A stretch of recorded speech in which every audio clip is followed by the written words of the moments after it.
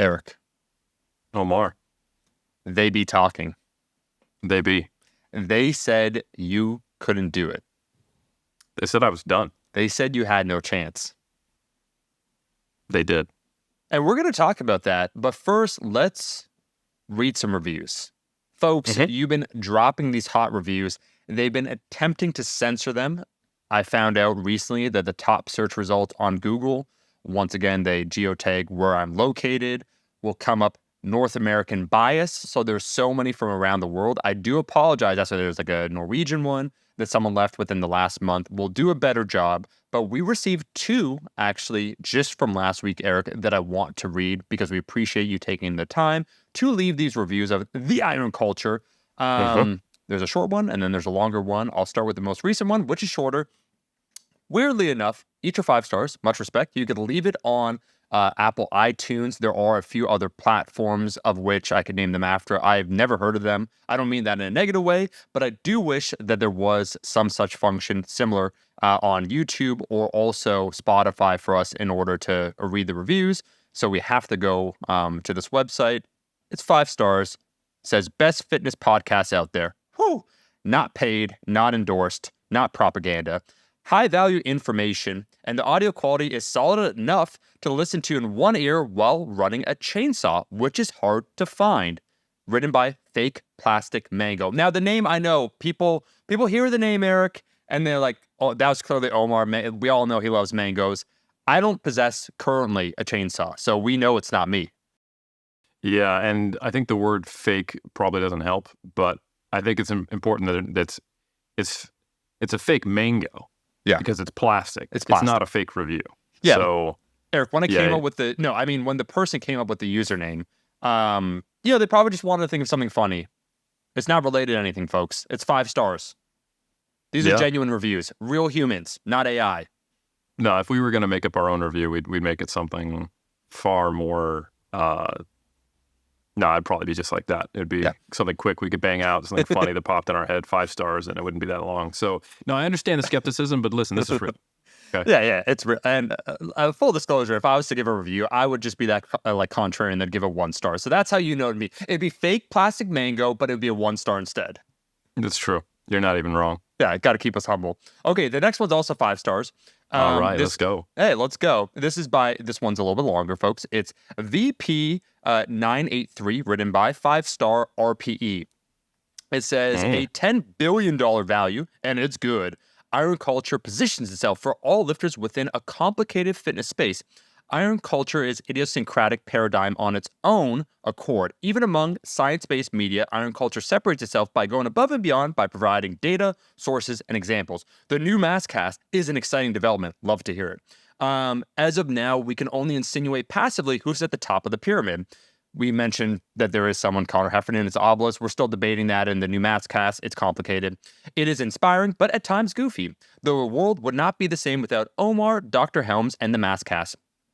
Critics must understand that this podcast is from an exercise and sports view. Therefore, there are nuances of Dr. Helms' discipline that may feel underdeveloped from a physiology perspective or overcomplicated for the layperson. That is the challenging premise of For All Lifters. After elaboration, a listener will come to appreciate the nuances. The Iron Culture podcast is valuable to the listener and the lifting community.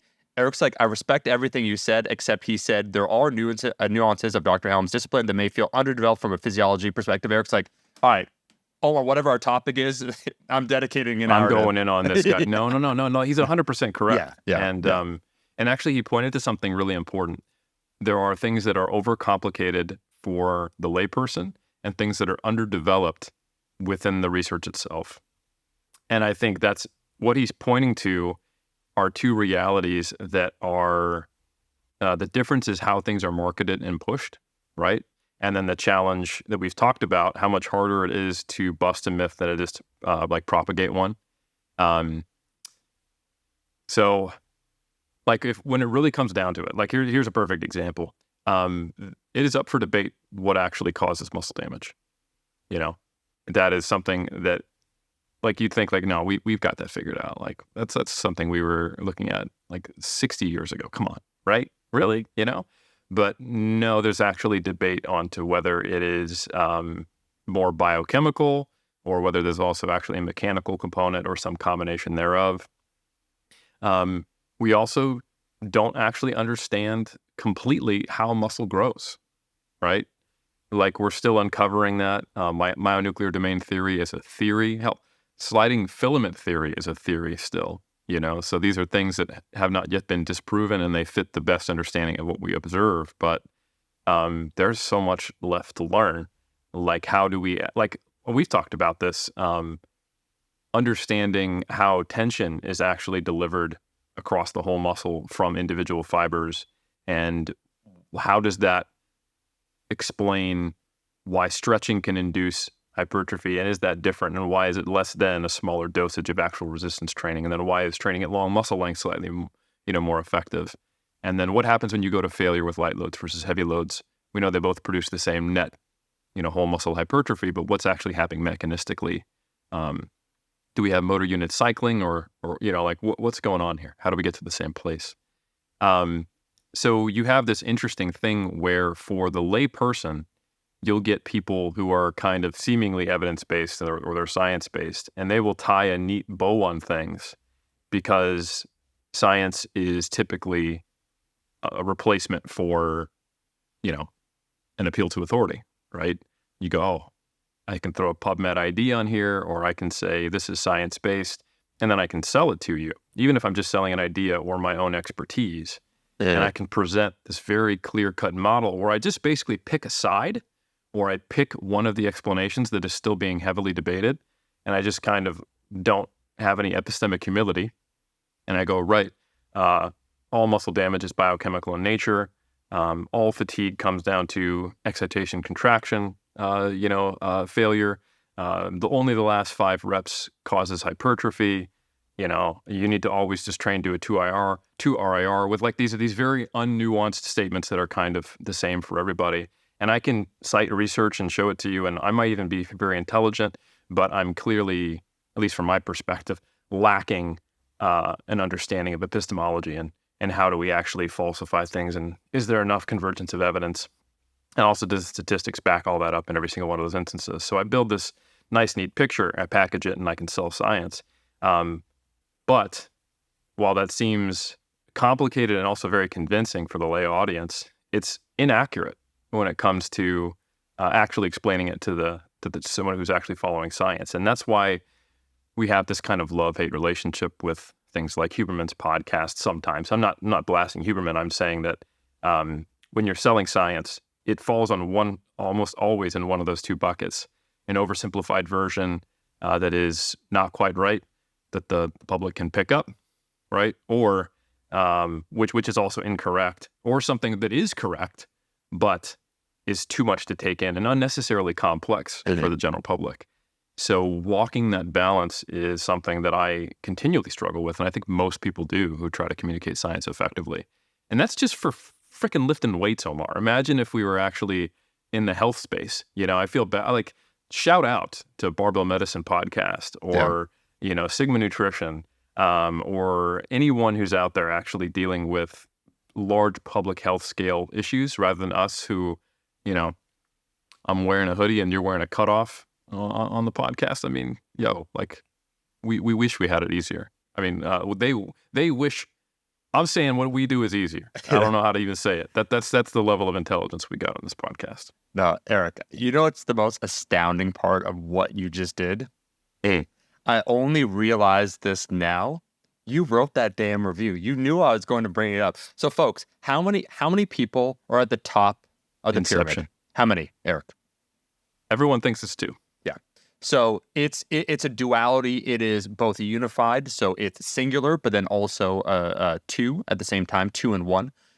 Those are our holy numbers. And how many reviews did we read? 2. Fake plastic mango. Allegedly, may or may not have been me. Eric said, write that review. I said, all right, man, I got a minute. So it's about a sentence long. And then Eric brought up a point in his review, or this person, VP983. Eric, out of curiosity, what year are you born? That is no one's business. But since we are going to discuss my powerlifting meet, where I will discuss how I was 40, I think by maths, people can figure out that it was 1983. Okay, so just for the record, Eric said he's born 1983. God, you look great. The username is VP983. The last three numbers, of your year of birth.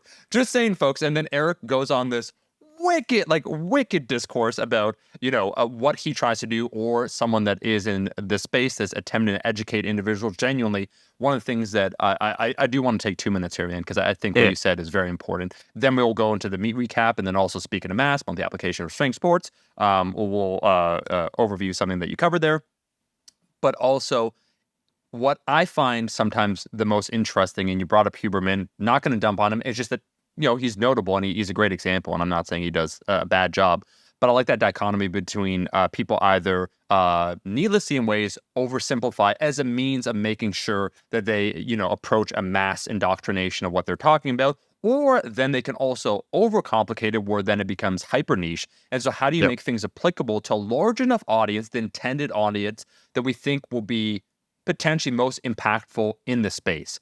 I think you do a remarkable job. I think that is the question that if you're interested in the space, you will wrestle with and you'll try and refine gradually over time.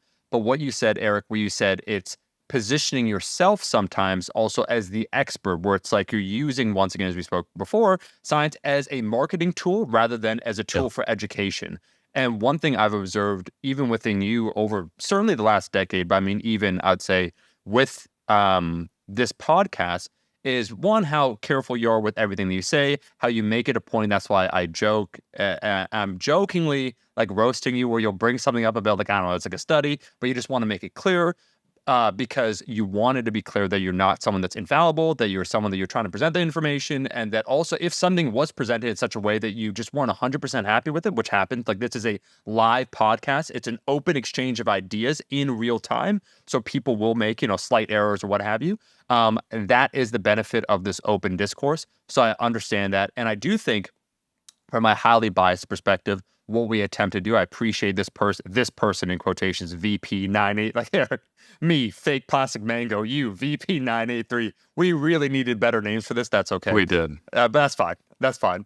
I do think that what we try and balance, and with the introduction, I'm super glad we have now introduced the MASScast, where we could double down almost on the science, the people that are doing it, and we like almost have 0 degrees of separation in the sense that, okay, you did the research review, you did the review, let's bring you on, rather than Eric's like, oh, my colleague spoke about this, and then that colleague is covering something that someone else researched. Well, now it's kind of like either 0 or 1 degree of separation. It just makes me excited in general for the future, and it makes me, believe in the general concept. And I like also that we're tethered to the point, Eric. We have all these conversations, but then we also talk about the damn thing too, right? So the cultural aspect. So I like how it's intertwined together. We try our best. I mean, obviously there's different flavors for different folks. To your point, Eric, sometimes when I want to take a look at something, I'm joking. Not the fitness is even remotely meaningless. I'm not trying to make that joke that we do a lot of self-deprecation here. But like Alan Flanagan was talking about like public policy, like things going on, or like Austin Rocky, where he's like teaching like internal medicine, so on and so forth. That I think it is perfectly cool to be passionate about a particular topic and to think about it to great depths and wonder if you're doing the right thing or if you're conveying it in the right way. I fully agree. And I think to put a little more boost upon our names, or at least what we do, I should say, not our names. There's a lot of people who get something pretty significant out of their training journeys. And I think put a lot of time and effort into it, and they find meaning in it. And that's what we try to speak to. And obviously, things like staying alive, are pretty important too, and having greater public health. But not everyone necessarily has that same kind of meaning and expression through health. You need health. It is a requirement for a good life. And having it allows you to therefore put your soul into something like lifting. So I almost see them as slightly different, Yeah. Like our focus isn't exclusively on health. There's of course a lot of intersection with health, fitness, lifting, and all that stuff, and physical culture. But I think it's a pursuit, it's a practice, and I don't think it's a discipline. And some people really, they're trying to win the health Olympics out there, and more power to you. But I don't think it's quite the same. when you have a podcast or a discipline focused on like healthcare practitioners from healthcare practitioners or nutrition for public health, et cetera. Those are incredibly important functions in society. And I'm so glad those things exist for all the people who make that their job. But I think we're doing something that, like, if you don't talk about the culture at all, and if you don't talk about the science, which can trigger the passion, especially for all our audience, then the actual pursuit of the thing itself, the damn thing, then I think you're not addressing the whole of what it is. So anyway, just to say that I think we're doing something important, and it is a little bit subtly different, even though we could easily position ourselves at self-deprecating humor as like, yeah, we're talking about bicep curls, they're talking about heart attacks. Yeah. But I think that's also important. Like, self-deprecating humor, I think, is some of my favorite, because you can't take yourself too seriously. No. Eric, as you said, like, jokingly, like, in this game we call life, which is a full contact sport, no one gets out alive. So might as well have fun along the way. We want to thank Eric real quick, and I want to get to your recap, to Fake Plastic Mango and VP983 for those reviews. Once again, you can leave reviews on iTunes, is the one where they kind of collect all of them. Okay, setting this up, Eric. Yeah, I saw a hunk compete. I was told I'm doing the damn thing. Echoes of John Grimmick and the Silver Age of people. So I've only heard rumors, because apparently, due to the lack of tan on you, that when you disrobed, people were blinded. It's almost like the Platonian like cave, where once the truth was revealed to them and they're exposed to the sunlight, which was your flesh, that they could not see. It was just blinding, but also they're potentially mesmerized by it.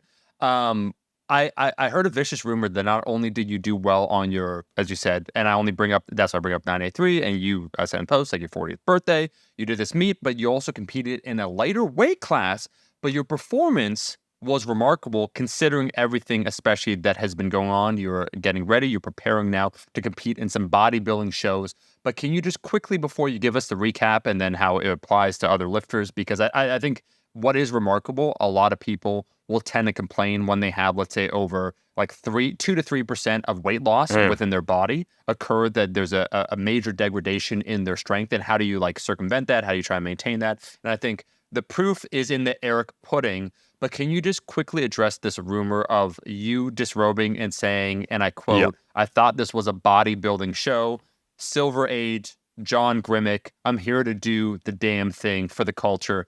They don't have video footage because it melted the film. And yes, it wasn't digital, it was film. How translucent, but also how fantastic you were. Like, it was the two things at once. Who's to say? No, yeah. You said the proof is in the Eric pudding. I would call it tapioca, because that's a white color. And, off-white. Eric, come on, bro. What are you? Yeah. That's probably, eggshell. Eggshell. Thank you. So my caramel brother, yes, it is true. I am so white that people can't tell that I'm white, because when I disrobe, it blinds them, and then they can't see me at all. That is what you were alluding to, and you stated so well. So it is very difficult to get arrested for public indecency when all the proof and the eyes are destroyed by disrobing, right? Which I guess plays in my favor. So not arrested, but horrible damage to the eyesight collectively of the New Zealand Powerlifting Federation. So my apologies, not for your blinded eyes, but that you missed out on the magnificence of what is my physique. Almost kept a straight face on that.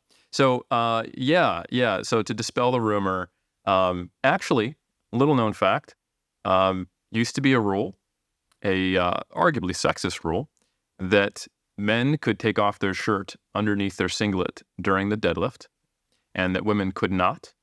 And then I want to say it was a couple years ago, the IPF changed the rule so that everyone had to wear a shirt. Now, some would say this was previously unfair and unfair to women. I would say the real victim here is everyone who got to not see me with a shirt off while I was deadlifting. So once again, I'm oppressed and persecuted. But you know what? I struggle through. I am the martyr that we all need, and I will come down off this cross to tell you that I'm on the cross and put myself back up on it.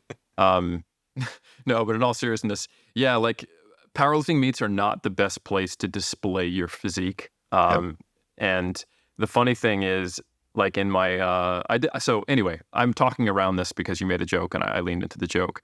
I just did a meet. I was 83 kilos. This was 2 weeks ago on Saturday here. So it was 15 days ago I was on the platform, if I did my math right.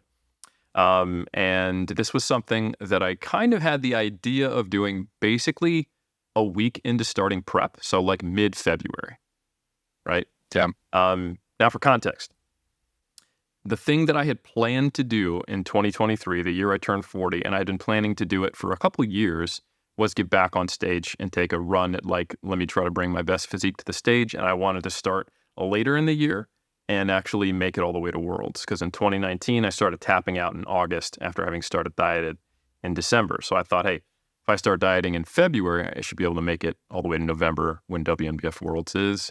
And I wanted to take a lot of shots on goal, which for me is trying to get that elusive WNBF Pro card, which is something that I have been actually wanting very badly and fighting tooth and nail for since my very first season.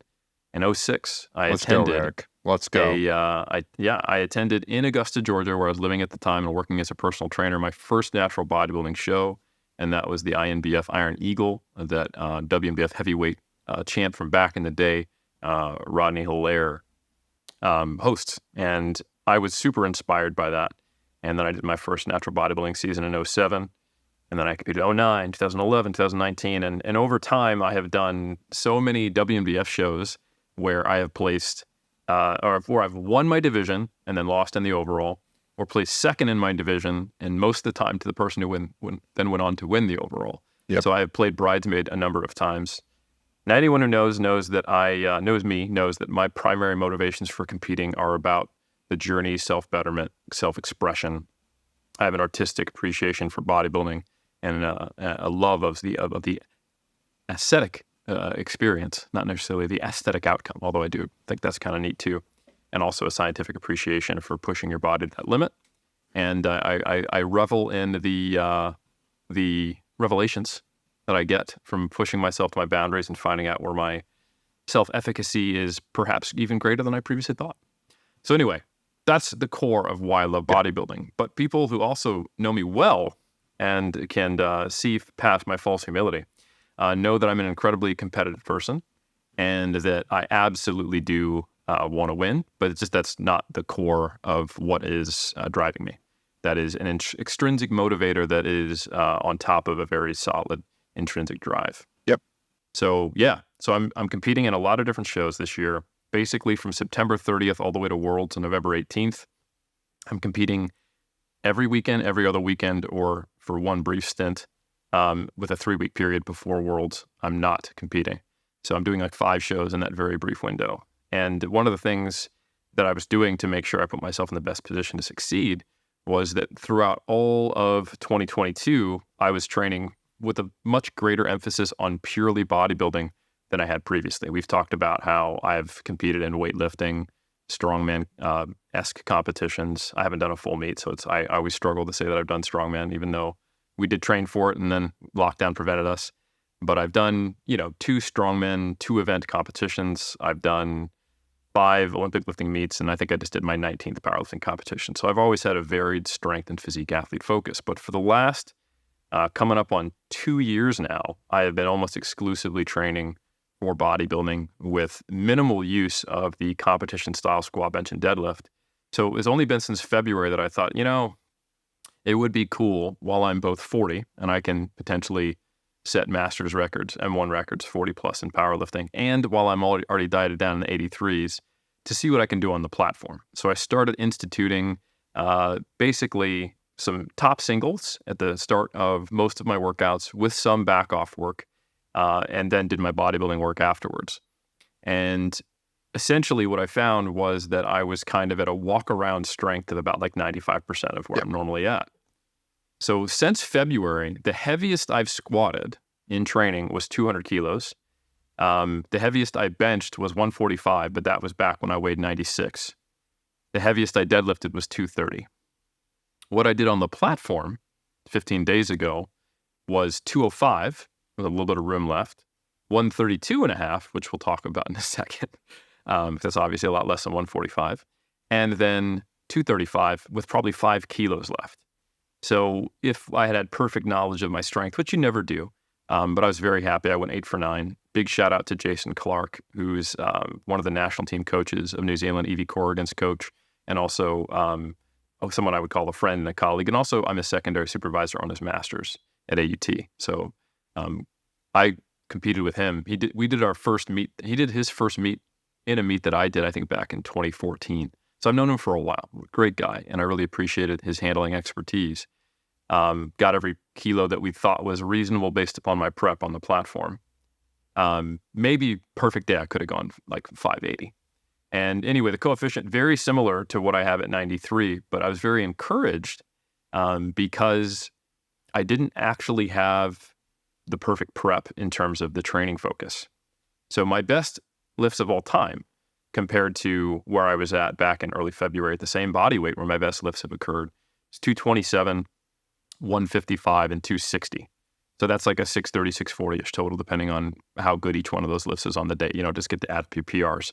Although it would be nice if we did to get your total. So the fact that I essentially maintained squat and deadlift strength and then peaked them both well on the platform, it was really encouraging to me, considering I dropped 13 kilos. Yeah. And the only lift that I actually had a pretty good gauge of where I was going to be was the bench press, because as you lose body weight, the bench press takes the biggest hit. As you lose body fat, especially when you're getting really, really lean, your butt gets smaller. So that juicy booty becomes a walnut-like glute max. And I'm not quite in walnut stage, but there's definitely only a thin layer of fat on it. So your arch changes substantially. I actually had to switch. I normally bench in squat shoes when I'm tubby, but now I had to put on deadlift shoes so that my normal leg drive, not like lifting straight up, but even just driving out, was enough to me to get like a millimeter of light. Like I was actually losing contact from my butt on the bench, when normally it would just reduce the amount of booty compression, on the bench. So I had to switch to no heels, so I was a little closer to the bench, so I couldn't drive my butt off the bench. I also noticed that just with how lean my upper back gets, I don't feel like I can quite set my arch into the bench the same way. And while it's pretty minor, I do carry some body fat on my chest. So where the bar kind of sinks down, it has a longer range of motion.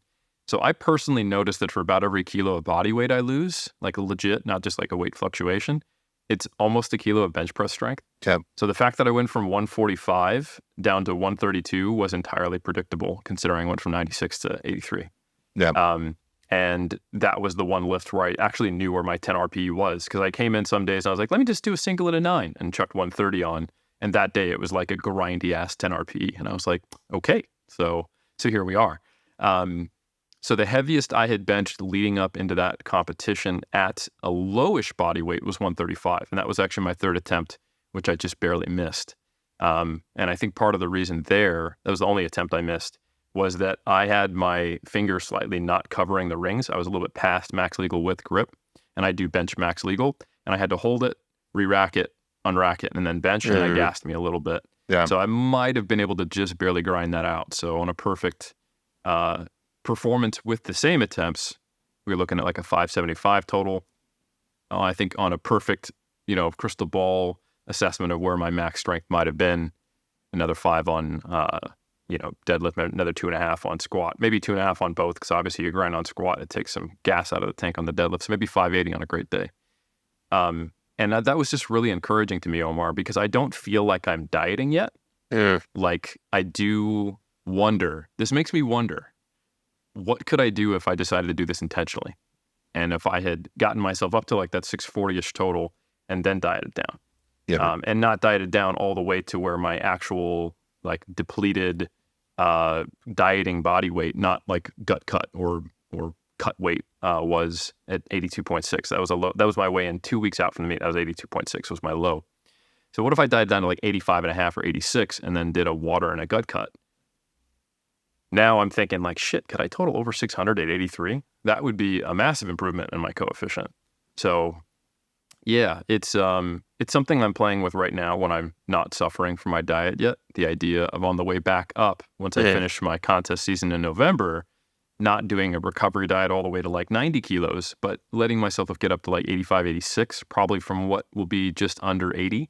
So putting on 11 or 12 pounds, like legit pounds that stick to me, you know, and then seeing how recovered I feel, and then implementing more and more and more powerlifting specific training, and seeing if I could go from WNBF Worlds to maybe IPF Worlds, because there's a shot in hell that I could hit the qualifying total for the 83 kilo class here in New Zealand, which would be kind of like a really cool stretch goal for me, as I don't think I have the robust structure to be a high level powerlifter.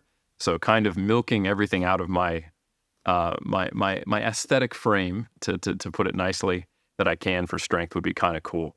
So anyway, great meet. One of the things that I think is inspiring about being in New Zealand is that I just got to see both Evie Corrigan as well as now Tim Monagatti crush it by doing very well executed weight cuts. So for those who don't know, for those who don't follow powerlifting, Tim Monagatti is probably one of the top 10 best 83 kilos in the world. He's totaled around 800, historically known for that. He's gone to Worlds, placed in the top 5. He's gone to Junior Worlds. But he came all the way down to 74 for Worlds. And actually tied the person who won, Callie Johansson, and just lost on body weight, and did that with a third pull that was, for a brief moment, I think it was the deadlift world record. So he had an excellently executed cut and put up, a total in the 780s. So nearly just as good as him at 83 at 74, and had a fantastic day. It was an excellent performance, an excellent cut. So, shredded on the platform, basically. And Evie Corrigan did the same thing. She totaled 460 at Worlds, did not take her last deadlift because she didn't want to blow up the world record even more, because she has an invite to Sheffield. And she did the same thing at Sheffield. So she cut down from 57 to 52 and is now the most dominant 52, winning both the Sheffield and now winning her first open world title at 52. Again, shredded on the platform. So the NZPF, we are absolutely the hungriest fed of people cutting down to unreasonably lean weight classes now. We got two podium finishers, and also this old guy who just did North Islands and placed 4th in the 83 open division. So yeah, no, it went really well. I was really pleased. The way that I think I was able to perform well on the platform is that, like I said, 2 weeks out, I was 82.6. So I was light, and I didn't even need to cut. I could just walk on from my dieted state. But I also have seen that my strength performance is far more variable when I'm dieting. I do have some peaks that are just as high as where my peak strength was, earlier in the diet. But I do have some days where I'm like, wow, that just felt like crap. And the times I've been on multi-day refeeds, or I've taken a diet break since I've been dieting from February, I've noticed that variability gets smaller. So I had committed to the idea that I would take a diet break the week of the meet. And so, I was weighing in the high 82s, jumped on a diet break, and within 3 days of taking my diet break, I was into the mid 83s. So I was like, okay, so now I'm in a situation where I need to do something to actually make the 83 class, although it's not going to be hard. I have to drop 600 grams. I think my highest band was 83.7.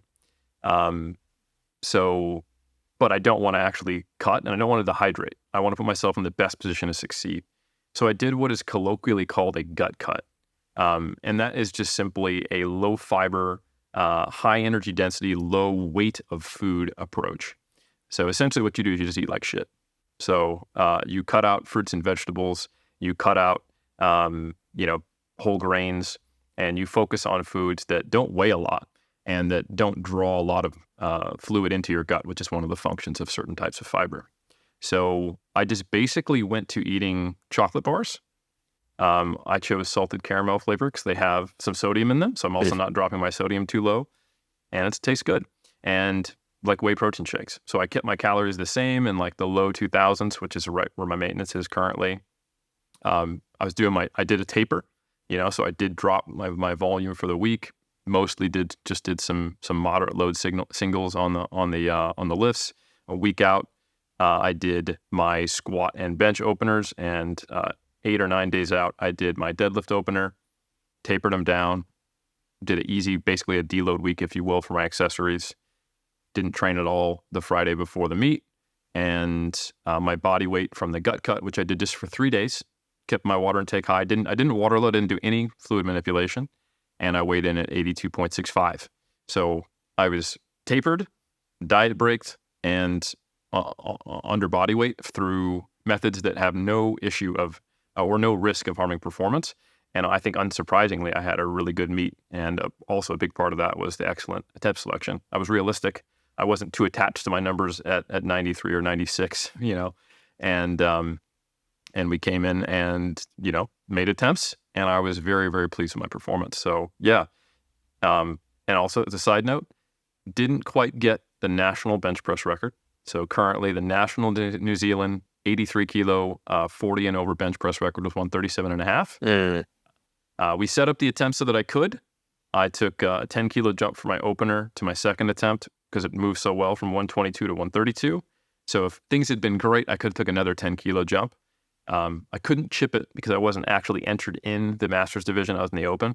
So the rule is if I wanted to go 138, I would have had to enter actually as a Masters. Yep. But if you're open and you're over 40 or you're in a certain weight class, age class, I should say, you can still break records, but you have to break it by the 2.5 kilo increment. So if I'd had a fantastic, 132, I could have gone, 122, 132, 140.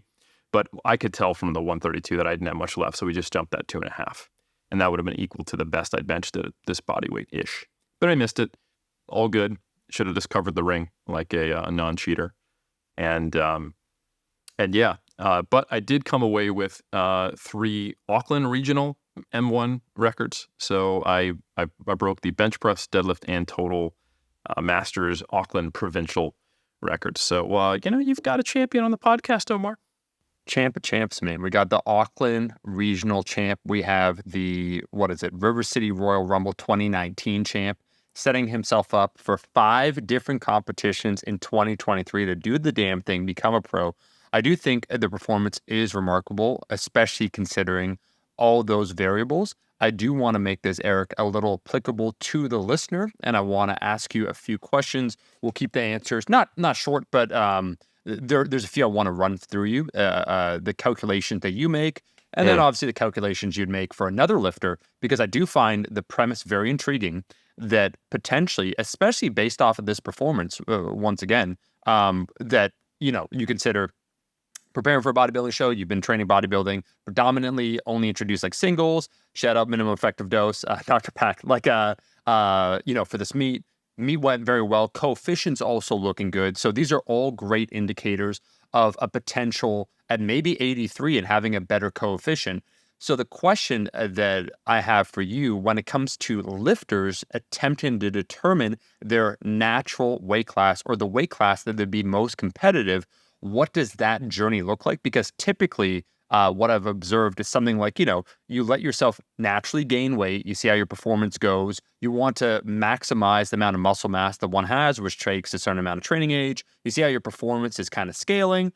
And then you go from there. Is it something that, you stay around where you feel that you've maximized the two together, your coefficient's high? Do you attempt to increase that body weight where for some people it's a change in body composition, but then their performance will continue to trend up? Or is it then time, to your point, to attempt to lower your body fat and get more competitive at a lighter weight class? So let me ask you this, Eric, at the potential possibility now you're entering M1, I want to see 2024 Erica Worlds. So first, maybe using yourself as a vector of understanding this, and then the general kind of rubric for most people as they've been lifting for a long period of time. How do they find their natural weight class? But I think it's exciting, to your point, that you did very well at your first meet. And again, consider all the variables. So go ahead.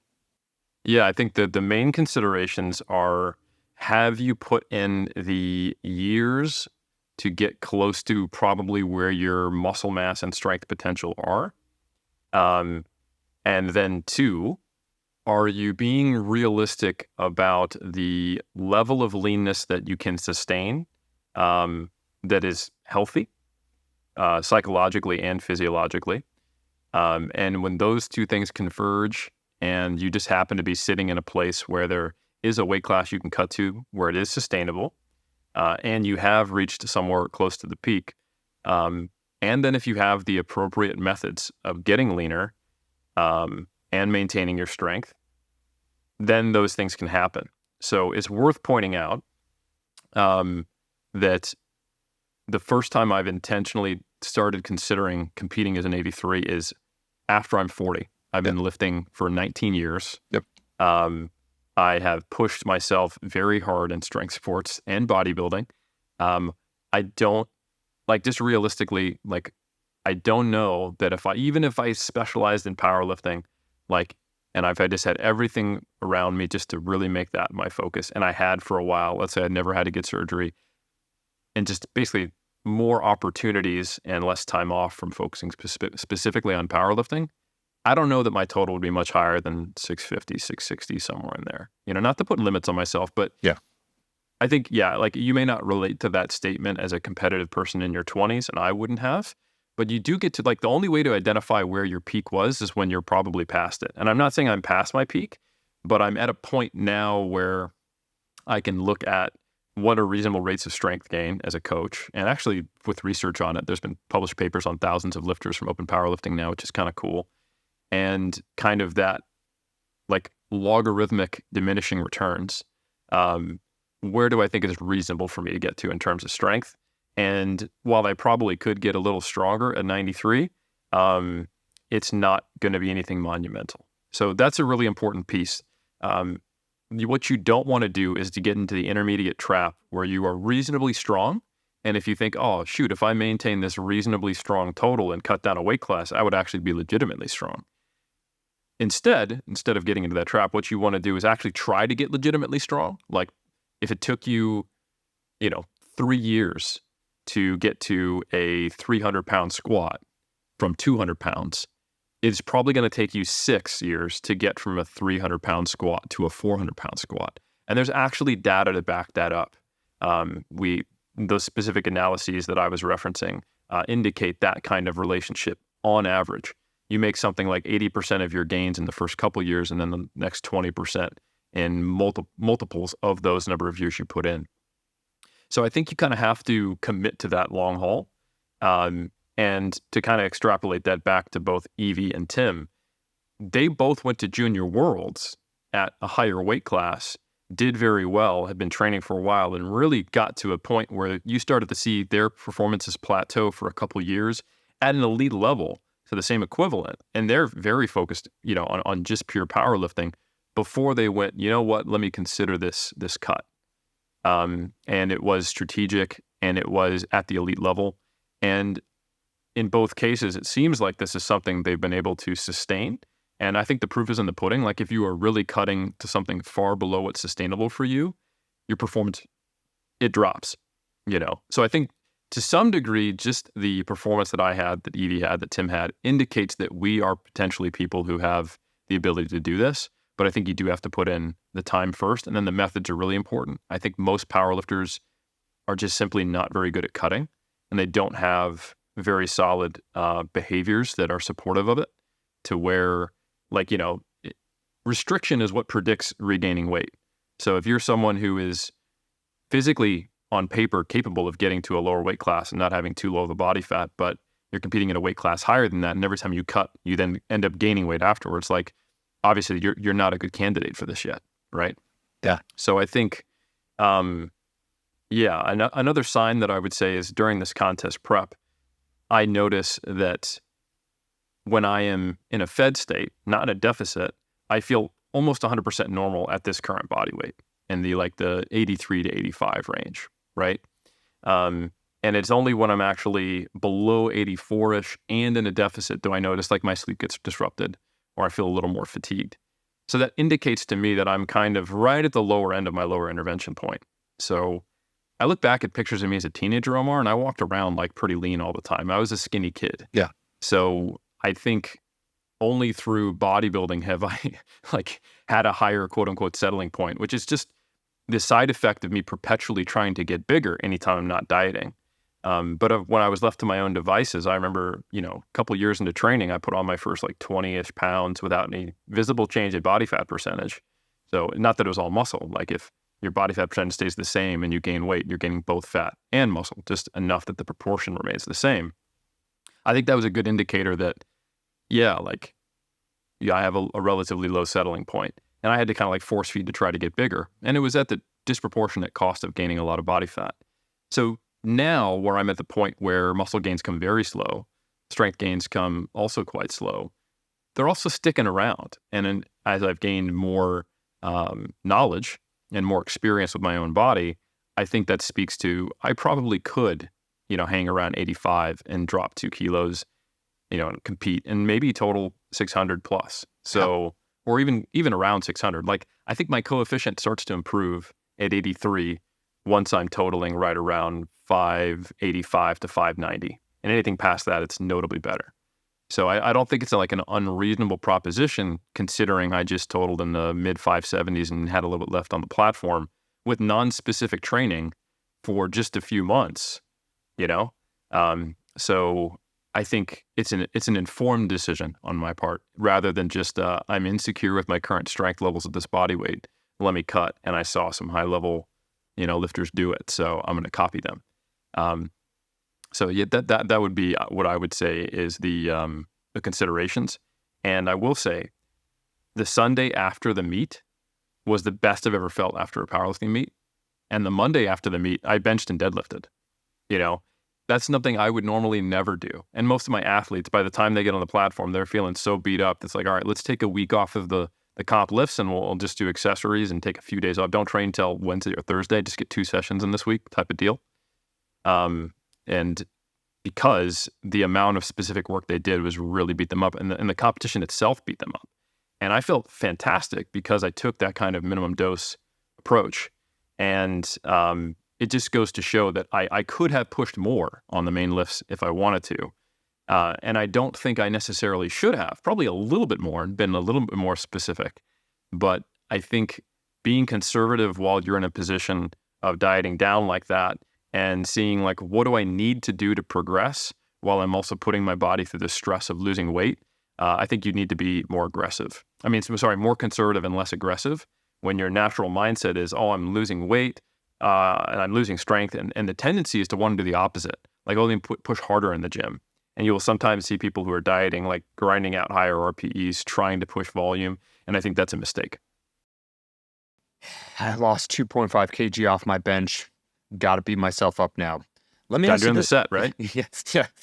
Eric, let me ask you this then. I think perhaps the final question before we pivot to everyone's favorite topic, BFR, because we really love ourselves. Timeline. So let's talk about the time course of events if someone wants to make this choice. So they have been lifting for a long period of time. You've mentioned several different things. For yourself personally, the implementation of diet breaks, how you felt being very important, not only like how the weight moved, but I assume like how your body felt when you were moving the weight. So what are a few key indicators, maybe checkpoints along the way that people should be aware of?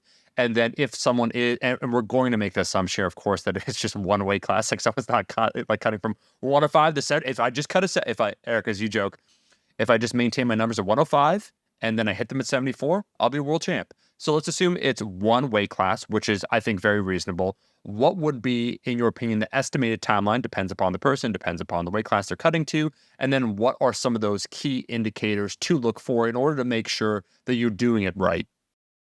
Great question. So the interesting thing about the weight classes is while they have different distances between them, for example, 52 is only 5 kilos away from 57, but 83 is 10 kilos away from 93.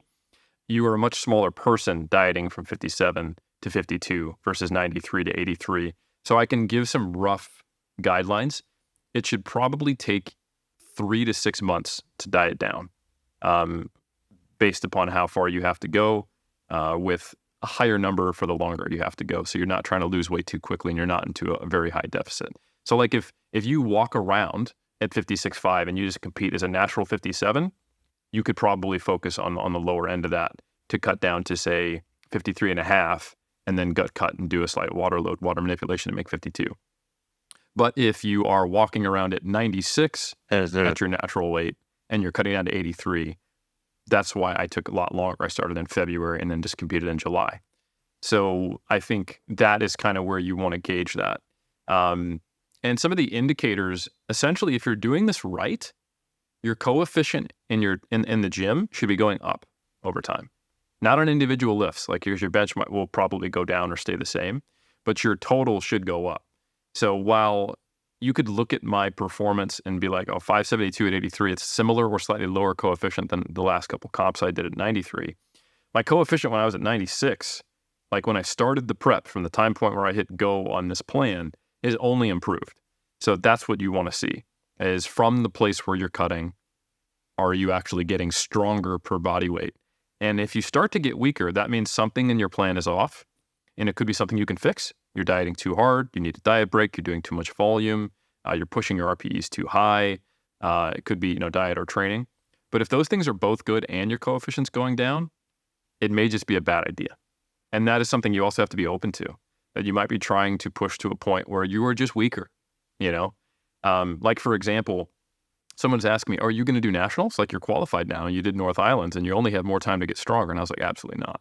And like, why not? And I was like, because it's when I'm 2 weeks out from a comp. I'll be like 79 kilos, like I'm going to walk in 4 kilos underweight. And while I'm trying to focus on bodybuilding, like that's going to go poorly. I'll get on there in total like 550, like I'll be weaker, So, so I think that's my consideration is where do I put myself in the best position to be successful?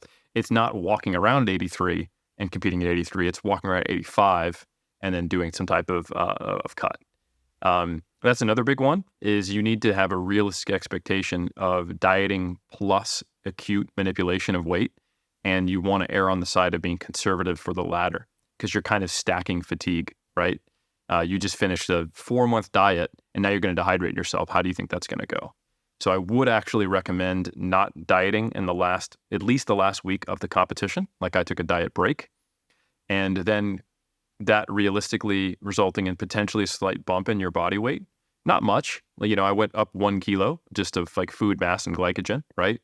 And then going, okay, so if I've planned this out, if my target trajectory is to get below weight a couple of weeks out at the latest, and then I'm going to come up and I'll be slightly above weight, then I need to do some manipulation of my weight acutely. And I want to focus on strategies that are the least likely to disrupt my performance. And it kind of like the order is, 1, just make sure it's probably less than 3% of your body weight, a conservative acute cut. After that, how do we get it? Well, the thing that's almost certainly not going to cause any harm, except maybe making your belt feel a little bit different, is a gut cut. Because you're not losing glycogen, you're not losing water, you're not losing actual body mass. It's just what's in your gut, right? After that, there is, conservative water manipulation, and doing that without heat, ideally, but if you have to do it then with heat, now you've got heat stress plus dehydration. So kind of ordering it like that is okay.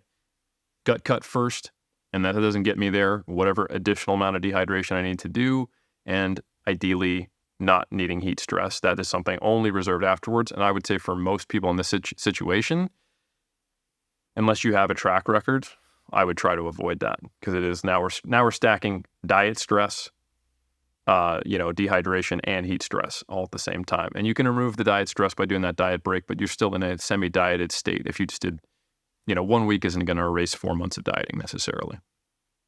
Eric, fantastic. And lastly, for the listener wondering, let's describe what the coefficients we're talking about are, what they're used for, and why they're useful for evaluating your lifting as a means of understanding how you're performing relative to other people and relative to, let's say, another weight class that you competed in. Because I think before we started using coefficients, let's say like a decade ago, we're trying to evaluate, the general rule of thumb that you would hear online, and this is not the case. As you alluded to, leverages change as you lose weight, many different points happening. It's, if you don't lose any strength while you're losing weight, then it's a good sign. I'm like, well, if you lose 10 kg, actually, your strength very likely, you could maintain exactly your total. It's possible. You could pull like a what do you call it, like a EV Corrigan or like a Tim, where you do an exceptional job, but probably it's going to trend down.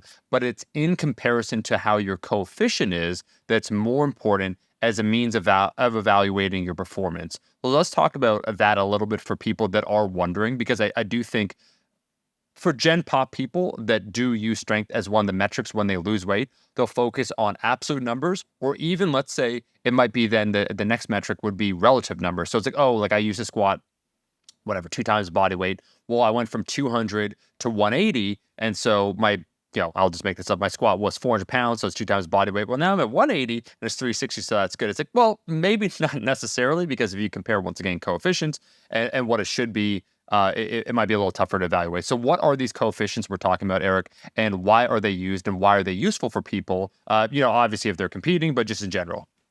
Yeah. So coefficients are used to determine typically what they're used for historically, I should say, and still in the IPF is the best lifter, which is an across weight class category win for men and women. So you have your men and your women's best lifter.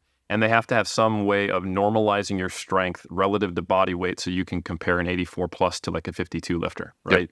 So is, Brittany Slater better than, Evie Corrigan at 57 or something like that, right? Is Natalie Richards better than, that's what they do it in the IPF for. And the coefficients have changed over time. The one currently used in the IPF is the IPF good lift points. So that number is typically a number in the 50 to 120 range, kind of ish. And then historically before that, Wilks points are probably one that people are familiar with if they were around for 2 years or prior. An improvement, but very similar kind of numbers on the Wilks formula is DOTS. So the USAPL has adopted DOTS. And the reason why I say historically these coefficients are used to determine best lifter, it's still true in the IPF, but now in you can get your pro card in the USAPL and compete in the pro series, and those wins are determined on coefficient. So you'll get ranked based upon your DOTS. Yep. And that's why you'll see a lot of USAPL lifters very much emphasizing coefficient and DOTS right now. What's something that is an afterthought for the lifters in the IPF. It's not unimportant, but you're not going to try to weigh in instead of at 83 at 80 and sacrifice some of your total so that you can potentially it's okay, I'll get a silver medal, but at least I'll get best lifter. People don't do that. Yep. Because they're missing out on becoming a world champion, right? So anyway, to give some context here, my best DOT score is just over 400. It's 401, and I did that back in 2015 at I think Auckland Powerlifting Championships, and I totaled 617. And I weighed in at a very low body weight of 89.2 for me. And it's kind of funny, if you look historically at my weigh-ins, you can see sometimes I'm right around, I actually competed in 2021 at 93 at Auckland Powerlifting Championships, 93.0, at the very top of the weight class. And then the time before that, I was 92.1. The time before that, I was also 93, I was cutting exactly to where I needed to be. But then you see these from 2013 through 2015, when I was doing my PhD, I'm weighing in around 89, 90, 91, 91.9. So the difference is back then my wife was competing. She was competing as well. And I would always coach her, and she would always compete the day before me as a 57, or sometimes later in her career as a 63. And I get nervous when I coach much more than when I compete. I forget to drink water, and sometimes I have, let's just say, overactive bowels to keep it nice for the listener. So my weight cutting strategy was just coach Barb the day before. So I would always come in underweight. Even though I was walking around at 92, 93, I would weigh in very light. And that kind of, this one competition, I weighed in at 89.2 and totaled 617. And that's actually a higher coefficient than when I totaled 620, which is my highest in competition total, at 93 body weight. That was 394. So my DOT score for the comp I just did was 387, which is slightly higher than when I did the Auckland Cup in 2020. So it is basically right there. The last competition I did before this, it was 394. This DOTS was 387. That's the type of change you can see just from your body weight fluctuating a couple kilos. So it is basically the same. It's in the range of what my prior competitions were, if you were to kind of look back on my competitions from 2014 till now. And that's a really useful metric, because that if we were just to say, if we took out all the context of this conversation of where I started and where I dieted to, and that I basically maintained the same strength with just some drop on my bench, you would look at me and be like, oh, just looking at open powerlifting, this was a poor decision. You just basically got to diet for no reason. You got to the same place, but you were hungry. My DOTS on paper should go up. So if I'm right about everything I'm thinking about myself, and I compete next year as an 83, but I recover back up to 85 after the bodybuilding season is over, I'm focused a lot more on powerlifting, stay healthy, and then I, water cut and gut cut from 85.5 to 83, and I put up, a 600 total. Well, if I was to put up a 600 total at 83, now we're talking about something that is far more impressive than anything I've ever done. Now, all of a sudden, my DOTS is like 405, Yeah. So it's like a couple percentage points higher than where I was previously. And and it would be like IPF points in the 80s, which is decent, Yep. To be clear, this is not super good. Like a good 83 lifter at the highest level, someone placing top 10 at Worlds is totaling in the 700s, not the 600s. So, I mean, this is good for Eric Helms, but that's really what matters is you need to be comparing to your own performance here.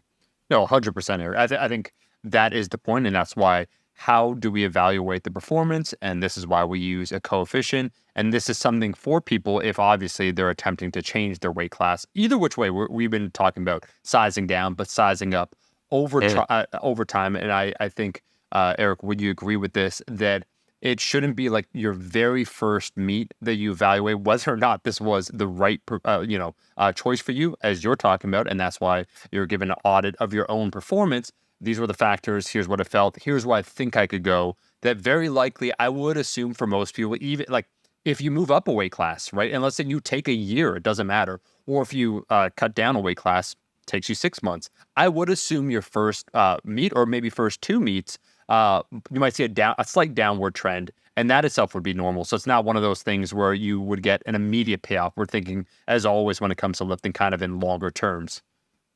Absolutely. Like, for example, Evie was competing, even though she's relatively young, she's in her late 20s, but she's been competing since she was 19. So she had 6 years of competing and moved up from 52. She was at 52 through like 2018.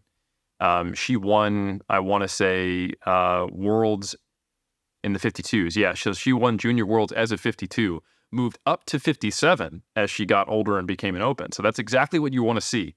As you're moving from, junior, sub-junior, junior to open, your body weight goes up.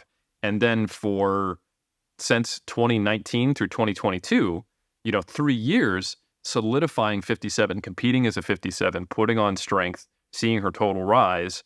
And then once her total had kind of been plateaued. So for example, from 2020 Nationals all the way through to 2022 Commonwealth Champs, her totals were fluctuating between 460 and 476. So she kind of clustered around her open division 57 kilo, like probably close to her peaked out total. Not to say she can't improve. She absolutely could. I wouldn't be surprised if, another 10 years, Evie in her 30s is totaling 480 something, right? Which would be awesome.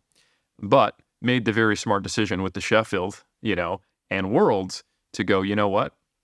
I've solidified this. I have been a 52. Let me see if I can come back down, but primarily by dropping body fat, and had some very good help doing it in Kedra Kwan and crushed it. And the proof is in the pudding. She's totaled 460 twice. And this last time she totaled 460, she went 8 for 9. And it's a very similar story if I was to bring up the data on Tim Monagatti, competing since a junior, moving up, and then coming down. So this is not something to do early on. It's really important to stress that if you decide to do this journey down a weight class, you're essentially hitting pause on your strength gains and muscle gains, right? Yeah. You might be able to make some technical refinements. And if you're not hitting pause, it probably means you should be gaining weight still, right? Like if you're able to get stronger despite the fact that you're dieting down, like noticeably stronger, rather than holding serve and dropping body fat, that most likely indicates that you could be getting even stronger by continuing to stay at a healthier body weight, not being a deficit or moving up, and you're doing it prematurely. Yeah. There's a whole other topic. We will move on, but all I can say, shout out to the big boys, the thick boys that decide to move up in spite of their physique, and they're doing the damn thing and they're lifting more weight. I will only say this, Eric. When I wanted to make a run of 4 or 5. This is back at 2019. I'm like, I'm tired of these 5-pound chips. Things are trending up, whatever. Had a few little setbacks. But I can say that the fatter I was getting, even forget like relative, but like coefficient wise, what I think I'd put up, I would pause it for myself.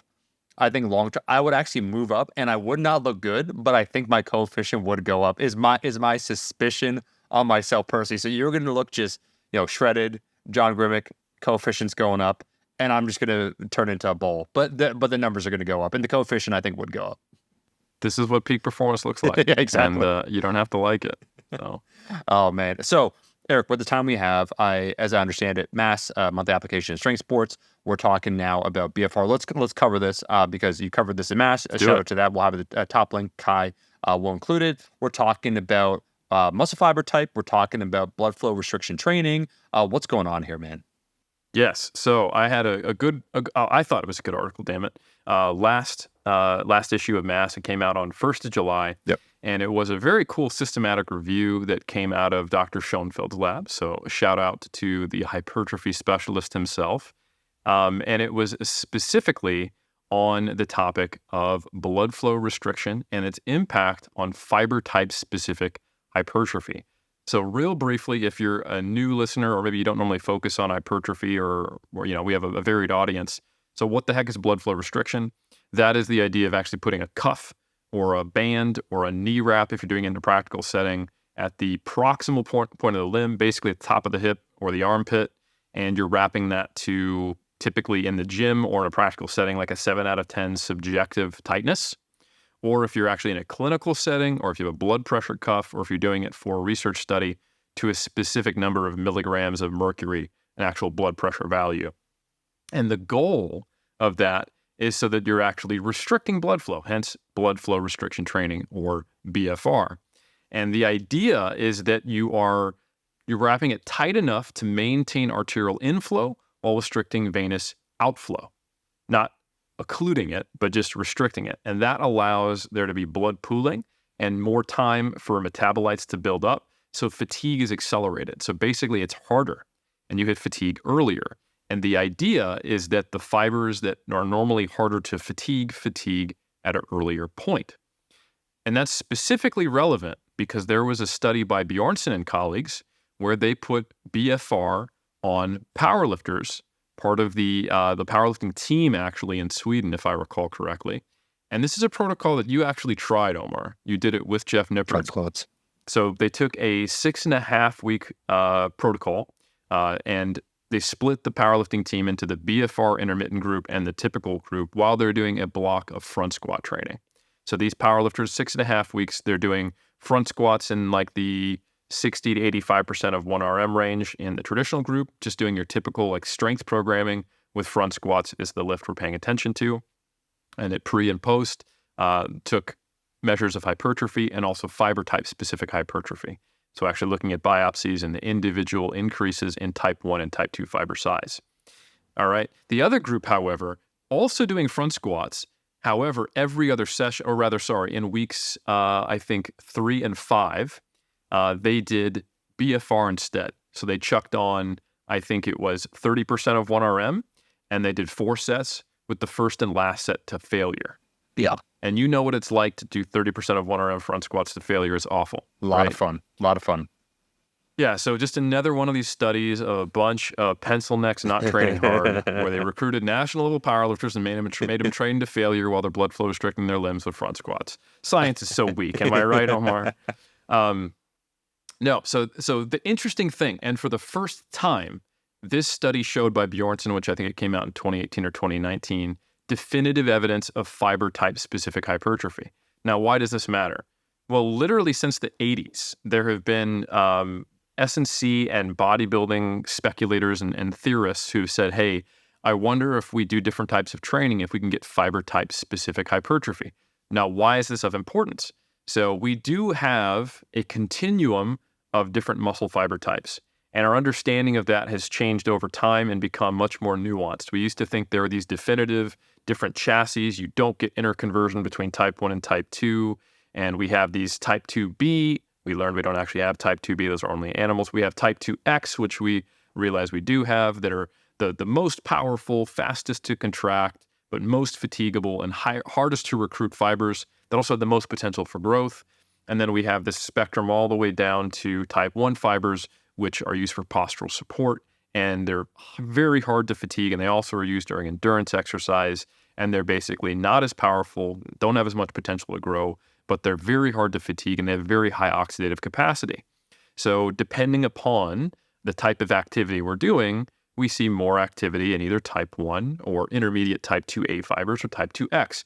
Now, that is an oversimplification. There are absolutely different categories, and you will see fibers shift along that spectrum and down, okay? So essentially, think of fiber characteristics as being along a spectrum rather than these distinct places. And it has more to do with the methodology previously used of how we looked at fiber types that they got categorized this way. I'm hoping to get Dr. Andy Galpin back on. It's been a long time since he's been on Iron Culture to actually talk through the science on this in the future. But I won't spend too much time on it. The basic idea is that a strength or power athlete, primarily a power athlete when you really think about it, and I'll explain why in a second, might actually want to only get hypertrophy in their type 2X fibers, the most powerful ones.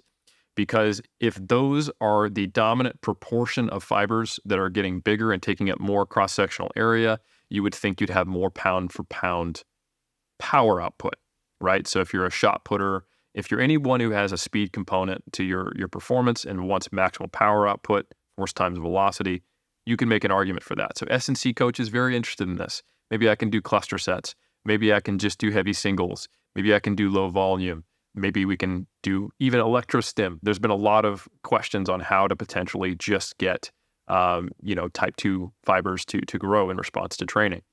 Now, why doesn't it make sense for, say, a power lifter, ironically? Well, because the actual normalized force, so the actual force output, independent of the power, so how quickly does the fiber contract? And, so we're not thinking about necessarily rate of force development or power output, but just the force, like the peak force, that has much more to do with just the area of the fiber rather than its type. So technically, from pure kind of slow strength, type 1 and type 2 fibers, they're all contributing. So it doesn't really matter from a powerlifting perspective. Bodybuilders, on the other hand, are interested in, okay, can I make the sum better than the equal number of its parts, right? So maybe I'm doing this kind of generalized 8 to 12 rep high volume training, and I'm getting like a kind of a growth in all fibers, right? I'm getting some type 1 growth, I'm getting some type 2 growth. But what if I could get preferential type 1 fiber hypertrophy and then preferential type 2 fiber hypertrophy being more specialized? And then if I periodize those types of training together, I can get greater net whole muscle growth. And that's been something that, say, Fred Hatfield used to speculate into back in the day. And there have been periodized approaches to bodybuilding based around that concept. So that all sounds great. It all sounds super sciencey. It sounds awesome. But unfortunately, when we look at the aggregate data on training with high loads or low loads specifically, and then looking at overall muscle growth and then fiber type specific muscle growth, the overall data is basically this is probably not happening. So for example, there was a meta-analysis that came out, I want to say by Gurgic in 2020, titled The Effects of Low Load versus High Load Resistance Training on Muscle Fiber Hypertrophy, a meta-analysis. And the overall conclusion was that there's a clear need for like more research on this topic, because right now there's very wide variability in what happens in response to low load and high load training. Both cause hypertrophy, but we're not seeing any kind of clear indication or consistent indication. We get anything from trivial to very large effects depending upon the data. And I have talked about this previously on Iron Culture, but essentially right now, your traditional training with high and low loads doesn't seem to induce fiber type specific hypertrophy. So this study by Bjornsson, now coming back to just a few years ago, is aberrant. It's like, oh, shoot, maybe this specific application of BFR, which induces premature fatigue, is enough to induce type 1 specific hypertrophy. Now, before I get into what the systematic review concluded, I think it's important to discuss why there's even a theoretical framework for fiber type specific hypertrophy. So for those who are not familiar, one of the tenets of muscle physiology, or I should even say, like exercise science, is what's called Henneman's size principle. And that's the idea that we recruit motor units which innervate groups of muscle fibers as needed and in order. So when you lift a very light load, you're going to only recruit the fibers necessary to meet those loading demands. So if I pick up my keys, right, that is probably not going to be many type 2 fibers getting recruited, because those high threshold motor units are needed to are in reserve until I need to do something that produces a high level of force or power. So if I wanted to pick up my keys as fast as possible and throw them, yeah, you'd see a blip of those high threshold motor units turning on to produce that necessary power. Or if all of a sudden I decided, you know what, let me replace my keys with neutron star density material, and it actually weighed like 100 kilos sitting on my desk right here. So if I had to do a max deadlift, or if I had to jump as high as I could, I would be recruiting those fibers. However, I'm recruiting everything else underneath them as well. So that's kind of a misunderstanding some people have. Though I lift heavy, I use type 2. I lift light, I use type 1. Actually, when you lift heavy, you're using everything because the force demands are so high that it's a max effort. You're not going to leave those motor units which innervate type 1 fibers quiescent. They are going to be activated as well. It's like everything ramps up, okay? You're going to see the force output initially from those type 2 fibers, which contract faster, but within milliseconds, you're going to be having your entire complement of muscle fibers innervated by all of your high threshold and low threshold motor units activated to lift that maximum load. So this immediately should make you think, well, then hold on. Why would I expect there to be fiber-type specific hypertrophy? If I lift heavy, I recruit everything, so lifting heavy is the answer, right? And that is a narrative you will see in some circles, right? The issue, though, is that recruiting a muscle fiber is not necessarily the same thing as overloading it and training it. So yes, you're recruiting those type 1 fibers when you do a 1-rep max, but they're extremely hard to fatigue. They're very oxidative in nature.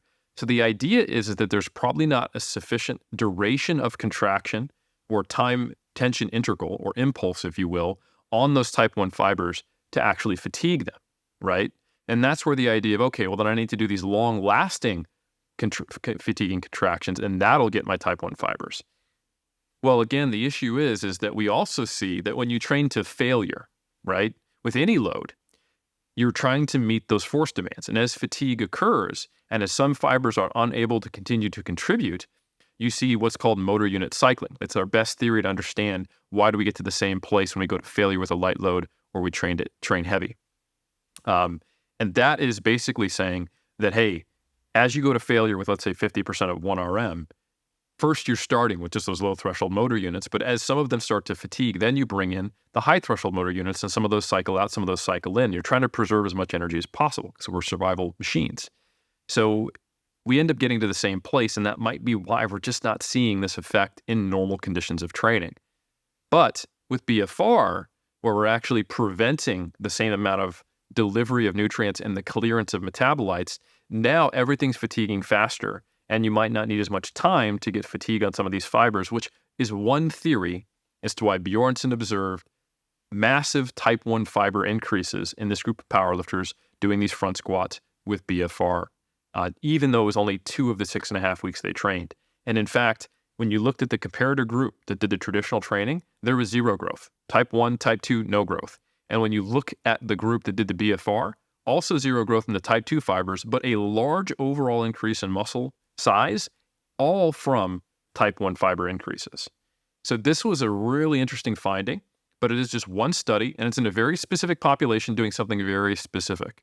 And you would think if anybody probably would benefit from this type of training, it's so novel to them, right? Yeah. High reps for 1, BFR for 2, and what were they doing previously? Primarily submaximal heavy work. Think of kind of like singles, doubles, triples, kind of Perlipin chart style at, between the 65 to 85% of 1RM range. So you're probably talking most of their work done for, like if I had to just give the average rep range they did, it's like 3 reps at a 3 RIR. That's like their average training, right? So this is very different. We're talking like 30 reps at a 0 RIR. So this may be reserved for these incidences where you have someone who is very different than the stimulus you gave them in terms of their adaptations. So that's why the systematic review came in. They said, hey, is this generalizable? Is this something that occurs outside of these conditions? So what Schoenfeld and colleagues did is they systematically searched the literature for all the studies where they introduced BFR, and they had at least a few time points, and they measured fiber-type specific hypertrophy. Now, the interesting thing is anytime you're doing fiber-type specific work, you have to do a biopsy, and the vast majority of research on biopsies are done in the quad. So it's all data on the vastus lateralis with biopsies done using the same methods because it's a well-established method, right? So this is pretty cool. That means we have pretty homogeneous data, but it will tell us that we don't know a whole lot about, like, say, the triceps, you know? Yep. So there are limitations to the systematic review, but ultimately it's pretty neat and it's pretty targeted, and it gives us a good idea of potentially what's happening. So what did they find? Well, the inclusion criteria for the systematic review wasn't only that it had to be controlled trials. It is anything where they measured, like I said, fiber-type specific hypertrophy and introduced BFR. So out of all the studies that were included, and there were 11, 4 of them actually compared traditional training to some form of BFR, either being intermittently put in like Bjornsson, or actually a complete just only BFR protocol versus an only traditional training protocol. And why is that important? Like, what were these other 7 studies? Well, they were useful, but a lot of times what they were is they were comparing low load training versus BFR training with low loads and then looking at outcomes. That's not really helpful for answering the core research question of, can heavy training versus BFR result in different fiber type specific hypertrophy? Or sometimes what they were was a single group. And you're asking, why would you include a single group trial? Well, if you put a single group through BFR-based training, right, and then you see that they got predominantly type 1 fiber growth and not type 2 fiber growth, that's decent, although not the highest quality evidence that this might be a phenomenon. Why do I say decent and not high quality? Because we don't know that if they didn't have BFR, or that if there was a comparator group training normally, that wasn't just the way that group responds to any type of training. We're just assuming that this increase in type 1 fiber cross-sectional area compared to 2, if it was significant, that is because of the BFR, but we don't have a control group. We don't have, a heavy group. We don't have a light group not doing BFR. We don't even have a group not training, right? So it is lower quality evidence because we can't control for the type of training response that might happen in that typically small group number of individuals. So when we look at the systematic review, we really want to hone in on these 4 specific studies. And one of them is the study by Bjornsson. That's basically already being included. And that's the strongest evidence we have of that type 1 specific fiber growth in a group of trained individuals using BFR in just as little as 6.5 weeks, with just 2 of those weeks being BFR training. And then the other few are a little bit different. Now, Omar, I've talked a lot. Is there any questions you have at this point before I just keep rolling? No, go on. This is very good. Okay, cool. So, great news, right? We got Bjornsson, very clear. And just to give us some numbers on it, type 1 fiber growth in this group that did BFR was an increase by 12% in the BFR group, 0% in the group that did traditional training. And overall hypertrophy, 7.7% versus 0.5% in the powerlifters who were doing traditional training. So all they did was literally just have 2 out of 6.5 weeks of BFR. So clearly a very novel stimulus, and it made a pretty big difference in a relatively short period of time. Now, in contrast, Hansen and colleagues, they actually observed similar type 2 hypertrophy, but greater type 1 fiber hypertrophy in a high-load group training at 70 to 90% of 1RM, performing leg extensions and leg presses for 6 weeks, compared to a group that performed the same high-load training interspersed with BFR in weeks 1, 3, and 5. So this is the exact opposite of what you'd expect if we thought Bjornsson was the normal. The thing about Hansen is I like it because it's a very similar protocol. It's a 6-week period, okay?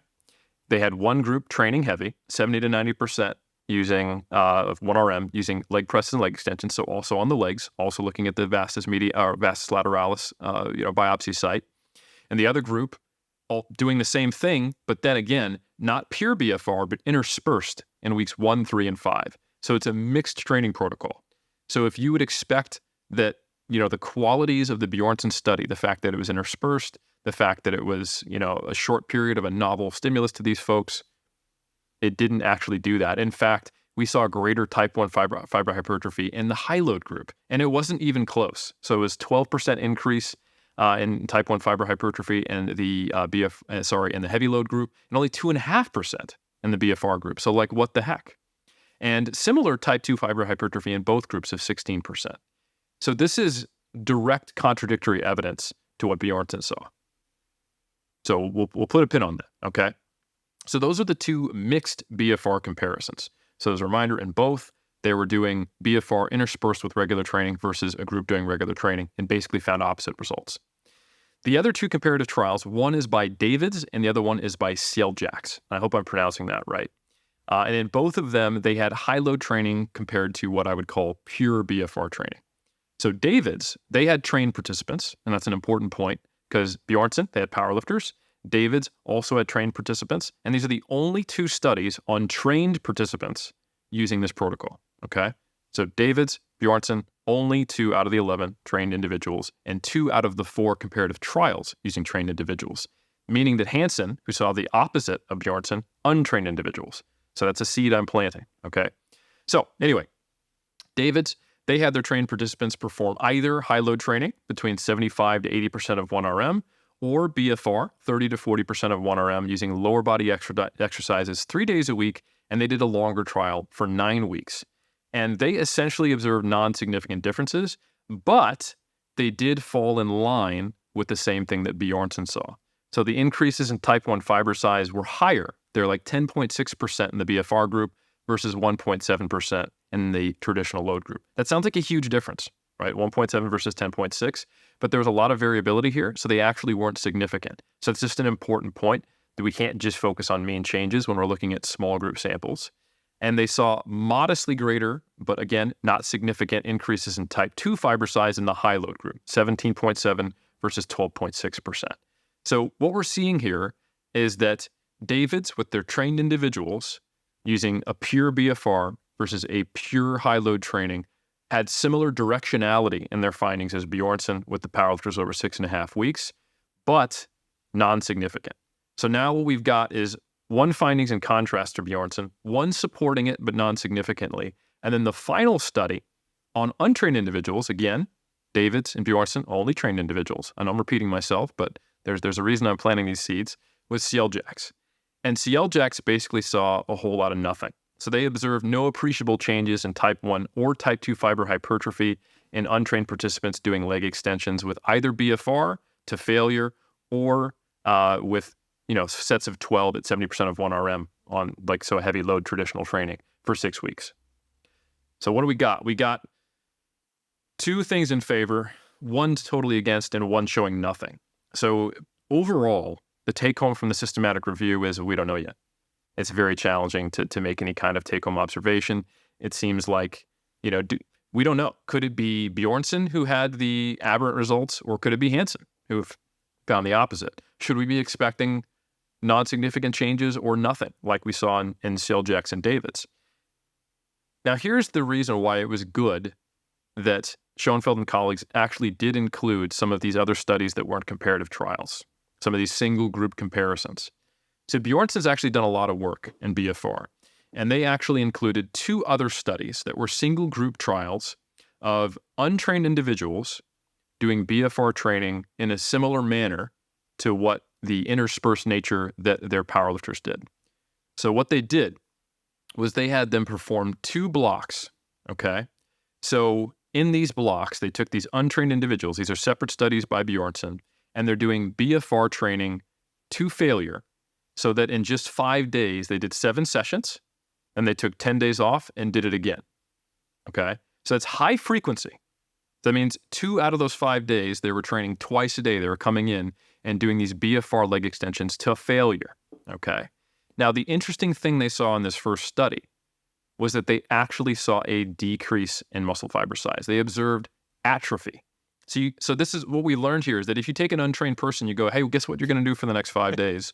You're going to do leg extensions to failure with blood flow restriction 7 times. And initially what you see is fiber size decreasing. So they actually lost 6% of their type 1 fiber size and 15% of their type 2. But after the second period, hypertrophy occurred, delayed hypertrophy, and predominantly in the type 1 fibers. There's 19% increase in type 1 and 11% in type 2.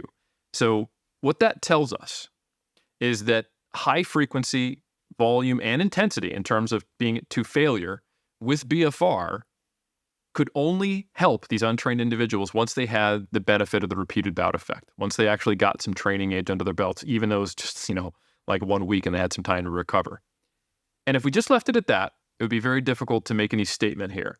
But Bjornsson then did a follow-up. So once they noticed this, that they had these 2 blocks and they only grew after the second block and they actually shrunk after the first block of being, slaughtered by these 2-a-day BFR protocols and these untrained individuals, they did another study with 2 groups. And what they did was they took one of those groups exactly the same, BFR to failure, and the other group did BFR but non-failure. And this time, in that same setup, only the BFR group to failure experienced that atrophy, and the BFR group that was not to failure did not experience atrophy. So this is a really important point, okay? Going back, so we take that information where we see in untrained individuals, you do BFR to failure, you actually going to see atrophy. You take out the failure component, you don't see the atrophy, all right? It's not too much for them. Going back to what we saw with these 4 comparative trials, the 2 studies where they did observe indications of the expected hypothesized type 1 fiber growth in response to BFR, they were trained and they didn't go to failure. But in the 2 groups where we saw either nothing or we saw exactly the opposite, they were untrained individuals and they were going to failure. So I think this is really intriguing and it does deserve a little more research. I can't confidently say that, hey, if you're a trained individual and you've got a strength training background and you start interspersing or doing some blocks, either in like a block format or say like a daily undulating format, and you start doing non-failure BFR, that you will see some robust type 1 fiber growth. But I will say that that would explain these findings that are way too limited to be, concluded on yet. We need more research in this area, but I think it's really intriguing. So yeah, just something to note. The traditional BFR protocol that has been validated to produce very similar hypertrophy to traditional training is doing a set of 30 to 40, somewhere in the with 20 to 40% of 1RM. And that first set is going to be close to failure. And then just doing 3 sets of 15 afterwards. That's like your stock standard BFR protocol that has been used. So it's actually not necessarily to failure. And it may only be that your last set of 15 is to failure and your first one is pretty close, potentially 2. But anyone's done BFR, if it's wrapped tight enough, and if you chose an appropriate load, it is very challenging even not going to failure. It's pretty painful. You get a massive pump. Yeah. And it seems to be effective without doing that because you're really inducing a lot of metabolic fatigue, if you will, without necessarily needing to take it to the point where you can't move. And it seems like when you do take it to the point where you can't move, you're actually inducing a lot more stress, especially if you don't have a lot of training experience with BFR or training experience in general under your belt. So I would encourage people, if they want to play with the idea, if their goal is to try to get, greater net hypertrophy from leveraging maybe these untapped type 1 fibers, if they're predominantly, strength training or even bodybuilding, but they just don't touch reps over, say, 15 or 20, intersperse this. And it doesn't take much, as shown by the studies where this is observed. It has been intermittently thrown in and not to failure, and that has been successful in some studies. So what you could do is let's say you run 4-week blocks where you have a set of exercises and they progress in a certain manner. You could just have 1 day out of all those 4 weeks where you do some BFR, or you could have 1 week where you do BFR. And I think those would both be quote unquote evidence-informed approaches that might have a benefit. And I would just simply not take those sets to failure. I would use the traditional, 30 to 40, 15, 15, 15, and just have it be those number of sets because it will be pretty novel unless this is something you've done before. Eric, let's back up for a second here. Okay. Let's do it. Because if you haven't done BFR, let me just say it's an interesting experience. If you like feeling uncomfortable, you're going to love this. We're speaking now specifically about those trained individuals who did experience, greater in one study, not significant, but still notable, hypertrophy type 1 muscle fibers. The utility that I thought for a long time with BFR, and I almost even considered, but I said not today, when I was having, I still have just minor with that, the right elbow where I can't quite fully extend and so on and so forth, where it's a great way, if you can't handle load in a particular place, actually, stimulate certain muscle groups. Amazing. Got it. What do we think in relation to like Henneman's size principle is occurring with BFR that is making potentially within, and that's what I find interesting, the trained individuals, a viable mechanism for a particular type of hypertrophy? Like, what do you think, Eric, based on what you were talking about before? There needs to be more research, but what do you think? And I know we're kind of like entering the realm of informed, let's say, speculation. I'll speculate. But yeah, Eric's like, no, I'm going. Like, so what do you think then is happening? You said more research. This is very intriguing. I gotta be honest, I love the concept if it's true BFR, I'm conflicted in the sense that it's amazing if true, like, cool, I'll maybe incorporate a little bit about this. I do assume, and correct me if I'm wrong, because you've had more experience with this, you do habituate to the feeling too. I think it's the initial like onset it Yeah. is, and I'm not trying to oversell that for those that might be considering based upon what you just said. It's just different. Anyways, go on. Oh man, we're gonna have some fun in July. I'm bringing my wraps now. Yeah. Yeah, so the experience is definitely one of it increases your pain tolerance a little bit. Yep. And you do get to some degree adapted to it. So like I noticed the first time you try to do that 40-15-15 protocol, first there's just the learning curve. Like you probably have not trained with 30% of 1RM before. Yep. And you have probably never wrapped yourself, and just like figuring out how that works. Like back in the day when they didn't actually have companies producing elastic wraps with a plastic buckle called BFR wraps, which you can buy, you'd have to use like knee wraps, and it was an awkward thing of wrapping it. And, you know, you'd wrap it too tight and then your arm would turn purple and it's like way over a 7 and you're actually occluding yourself rather than just, you know, doing that 7 out of 10 tightness. So once you figure that out and you get it right, then it's like painful and your performance drops off. And some of that's mental just because you're not used to being like that impacted in the way that unique feeling is. And you get better at it. And once you get better at it, you start noticing that it's a steeper drop off set to set than traditional training for sure. But it gets a little less steep after your first session. And also to note, you're typically taking only 30 to 60 seconds of rest between these sets. I don't think you need to do that, but that's what's been traditionally done. And that's probably a part of the reason is like you're typically not doing, you know, 30 reps with 30-second rest periods, right? Yep. So some of it's just the shortened rest interval. Now, if I was to speculate as to what the heck is going on, why would this work? I think it's important to remember that when you hit failure on a set, it doesn't necessarily mean that every single one of the muscle fibers that was contributing to that effort also achieved a fatigued state and hit failure. It just means you couldn't meet the force demands of that. A great way of exemplifying this is drop sets, right? So let's like strip sets. So let's say you've got your 5RM on a bench press and you got your two homies on either side. And let's say it's 315 because you're strong. You can do 315 for 5. You bang out that last rep on a 5. And they strip a 45 plate off there. It's now 225. You could probably do another 5 or 6 reps, which indicates there's still force production capacity left. It just wasn't enough to lift 315 pounds through a full rep, right? So if we then translate this to the nature of type 1 and type 2 fibers, when you're doing a set to failure, you're no longer able to move your, let's say, 30 RM through another rep. It doesn't mean that every single type 1 fiber that is contributing to that output is necessarily fatigued.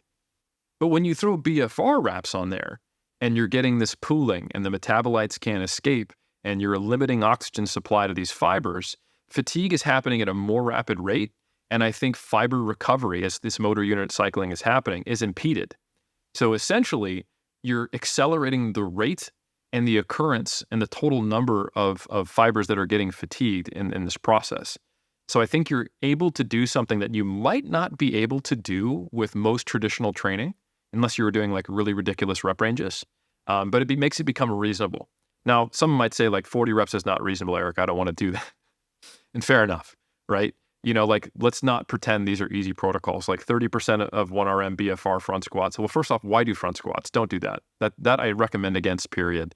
The worst thing I would ever do to yourself would be leg press. But I generally think like single joint movements are far better.